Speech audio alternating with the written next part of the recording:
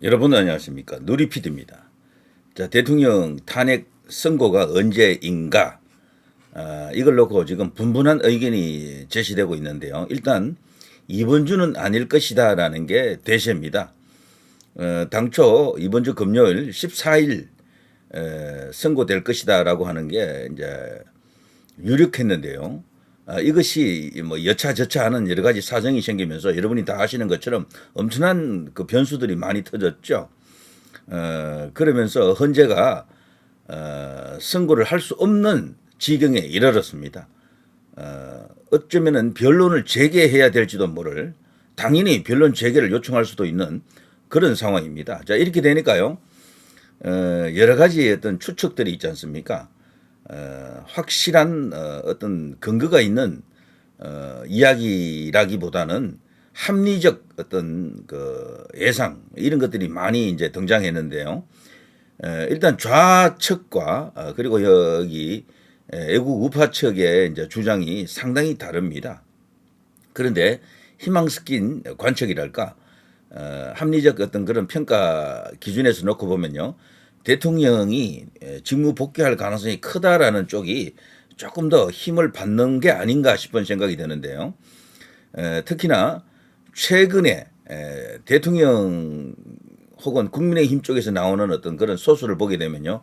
뭔가 희망적인 관측을 가능케 하는 그런 이야기가 좀 있습니다. 자, 이거 보시면요. 윤 대통령 탄핵 심판 선고 전까지 이제 관저에서 조용히 침묵하고 있겠다, 지내겠다. 이게 지고 있는 상황이면 이렇게 할 수가 없어요. 뭔가 싸움을 해야 되거든요. 투쟁. 계속해서 뭔가 이슈를 뭐 던지고, 막판에 뒤집기 한 판을 위해서 뭔가 노력하는 모습이 나와야 될 텐데, 의외로 대통령 변호인단이 차분해요. 이게 굉장히 중요한 시그널입니다. 이번에 이제 구속에서 석방될 때, 뭐 주먹을 뭐 움켜쥐고 이런 것들은요, 대통령 특유의 제스처고요. 그리고 이제 거기 나와 있는 이제 현장의 애국 시민들에게 감사 인사를 하기 위해서 뭐 이렇게 여러 가지 표정과 어떤 몸짓이 나온 것이지, 어떤 전투 뭐를 독려하는 그런 것은 아니었다라고 합니다. 그러면서 오히려 차분하게 헌재의 그 판결을 기다리겠다라고 합니다. 자, 이거는 상당한 자신감인데요. 대통령은 벌써 그랬잖아요. 우리 법원에 대해서 마지막으로 잘못을 바로잡고 시정할 기회를 주겠다. 엄청난 이야기입니다. 저는 그것이 아직도 살아있다라고 이제 느껴지는데요. 자, 아무튼 탄핵 심판 선고 전까지 조용히 기다리겠다.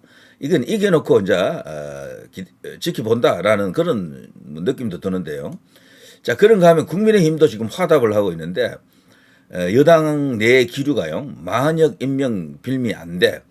윤 대통령 변론 재개 주장 말자. 자, 변론 재개를 주장할 수도 있음에도 불구하고 국민의힘에서는 변론 재개 주장하지 말자. 시간 끌면 오히려 손해다. 만약이가 들어오게 되면 대통령에 대해서 적대적인 재판관이 한 명 늘어나는 것밖에 안 된다. 그 전에 끝내자. 이기고 있다는 이야기잖아요. 이거는. 뭐 앞에 이야기하고 조금 이렇게 충돌이 일어나는 측면도 없지 않아 있지만, 국민의힘에서도 대체적으로 만약 임명에 대해서 말이죠. 이런저런 어떤 분명한 어떤 원칙을 갖고 있었던 것 같지 않았거든요. 그런데 최근에 와서 만약 임명은 안 된다라고 하면서도 대통령의 변론 재개를 주장하지 않겠다. 그거는 오히려 이재명에게 40여 표 하나를 가져가는 그런 어떤 결과밖에 안 된다. 차라리 이대로가 좋다. 8명으로 가자. 그러자면 선거가 빨리 일어나도 상관없다는 거잖아요. 이번 주는 이미 아니라고 보면은 다음 주에 선거 있어도 된다는 판단이 들어간 거거든. 그럼 이긴다는 거잖아요. 자, 거기에 대해 우리 이제 네티즌들, 2030 네티즌들의 주장을 한번 보실래요?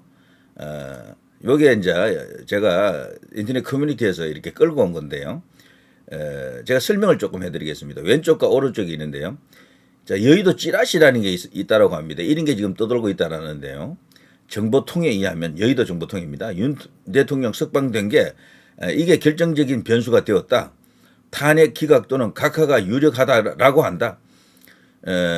중공 공산당이 이제는 이재명을 버리고 이재명 끝났다라는 거죠. 어차피 사법 리스크 극복 못한다. 조기 선고가 일어나서 대통령이 아웃됐더라면 이재명에게 갔을 텐데 계속 이재명에게 몰빵하면서 이재명을 일종의 꼭두각시로 내세우려고 했었는데 뭐 이런 주장이 있다는 거죠. 이 좌파 사법부에 지령을 내려가지고 지금 현재 중국의 입김이 이미 통하는 사법부 일부에 어떤 그런 카르텔이 있다라는 전제가 있으면 이런 주장도 가능하겠죠. 그래서 유죄 판결을 내려서 이재명을 법정 구속시키고 우원식으로 대체한다. 와, 우원식에 대한 이야기는 벌써 분분합니다. 우원식은 본인이 중국 관련 뭔가 족보를 갖고 있는 것이 또 이렇게 최근에 폭로가 됐는데 물론 그것이 우리 주요한 언론을 통해서 확인된 것은 아니기 때문에 아직 신뢰도는 완전하지 않지만요. 그런 카드라가 있습니다. 상당히 유력한 카드라가 있습니다. 그래서 우원식이 어쩌면은 현역 이제 이 정치인들 중에 친중 색깔이 가장 강한 인물은 바로 우원식일 것이다라고 주장하는 사람들까지 나왔습니다. 엄청난 어떤 사태 이 전개가 지금 일어나는 거죠. 그래서 이재명 죽이고 우원식으로 갈아탄다라는 것이 중국이다라는 이런 이야기가 인터넷 커뮤니티에도 있지만 정권과 찌라시에 있다라는 이런 이야기가 있고요. 이거 자체가 뭐겠습니까? 윤 대통령이 석방될 그 시점부터 탄핵 기각 혹은 각하가 가능성이 크다라고 보여진다라는 거죠. 그래서 우원식은 당장 띄우기가 힘들 겁니다. 시간이 꽤 필요할 거예요. 그러자면은 대통령 조기 대선이 아니고 2, 3년 뒤에 있는 정식 대선이 되겠죠. 자, 그것을 의미한다라는 거고요. 자, 오른쪽에 문형배가 평의를 못 끝내고 있다. 이것은 6대2가 아니란 뜻이다. 6대2가 6명이 됐으면 이거 문형배 평소 성향이라든가 스타일로 봐서는 선고를 독촉했을 텐데 아직 못하고 있다라는 것은 인용 6이 아니다라는 이야기입니다. 인용 숫자 6이 확보가 되었더라면 벌써 언론에 그런 것을 흘렸을 것이다라고 지금 말하는 거죠. 그러니까 지금 현재 5대3 아니면 4대4로서 대통령 탄핵 기각 혹은 각하로서 직무 복귀를 애고한다. 뭐 이런 어떤 예상도 가능하고요. 그리고 마흔역 임명 안 하는 최상목을 탄핵을 저들이 하는 것처럼 이렇게 떠들긴 했지만 못하고 있잖아요. 29번 탄핵했거든요. 민주당이 최근에 와서 쭉 이렇게 그동안 한 거 보면요. 30번을 못 채우는 이유 중에 한 개가 이걸 하게 되면 민주당 전체가 망해요. 한덕수 총리를 탄핵하면서부터 저들이 지지율이 많이 떨어졌거든요. 당 지지율도 떨어지고 전체적으로 설령 조기 대선이 열리더라도 민주당이 집니다. 그렇게 되면은 최상목을 얼음장만 놓고 있지 탄핵을 못하고 있다. 그런데 만일에 말이죠. 5대3 상황이면 대통령 탄핵 기각 혹은 각하가 되겠죠. 5대3 상황이면 마흔혁을 임명하면 6대3 인용이 되잖아요.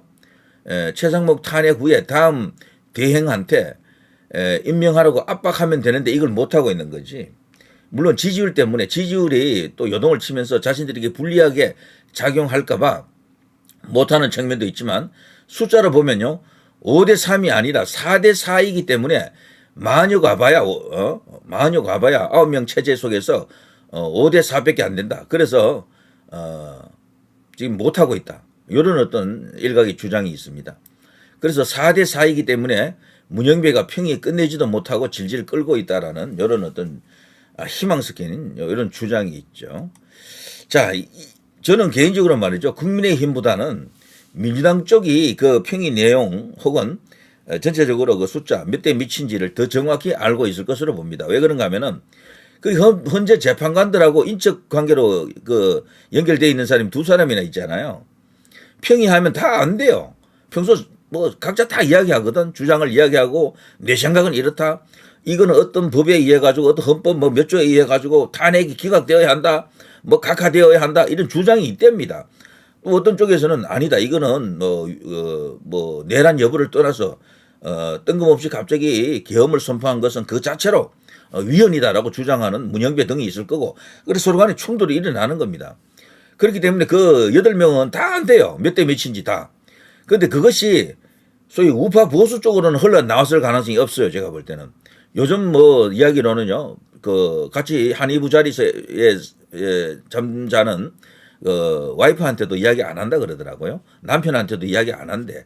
그런데 그걸 100% 믿는 것은 아니지만, 근데 공작이라는 측면에서 보게 되면 지금 저기 정계선 재판관 그 등등 해서 두 명은요, 거기 뭐 친인척 관계로 그리고 인척 관계로 다 연결이 되어 있습니다. 좌파 거기 이제 대통령 탄핵을 외치는 시민 운동가들이 있죠. 시민 운동 그 조직이 있잖아요. 거기에 몸담고 있잖아요.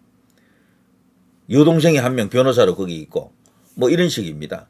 예, 이미선인가 그러죠.